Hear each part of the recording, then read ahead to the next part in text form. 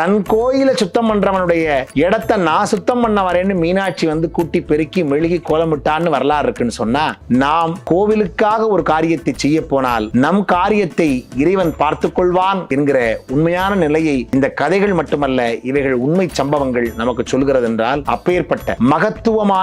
மகத்துவமான வாழ்வை நாம் பெறுவதற்கு நம்முடைய பக்தி என்கிற ஒன்றை மட்டும் கருவியாக எடுத்துக்கொண்டு வாழ்நாளில் பல்வேறு சவால்களை வென்று மிகப்பெரிய சாதனை படைத்த வாழ்வை நாம் வாழ வேண்டுமானால் அருளாளர்கள் காட்டிய பாதையில் நம்முடைய வாழ்வை மேம்படுத்துவோம். அவ்வாறு மேம்படுத்துகிற போது அதுதான் நம்முடைய முக்திக்கான வழியான பக்தியாக இந்த பக்தி இருக்கும். எனவே மிகச்சிறந்த கர்ம யோகத்தோடு எல்லாம் வல்ல இறைவனுடைய அருளை பரிபூர்ணமாக நம்பி அவருடைய அருளுக்கு பாத்திரமானவர்களாக நாம் இருந்தால் அந்த இறைவன் நமக்கு எல்லா செல்வங்களையும் தருவான். சகல செல்வ யோகமிக்க பெருவாழ்வு, தகைமை, சிவஞான முக்தி, பரகதியும் நீ கொடுத்து உதவி புரிய வேணும் நினைத்த வடிவேலா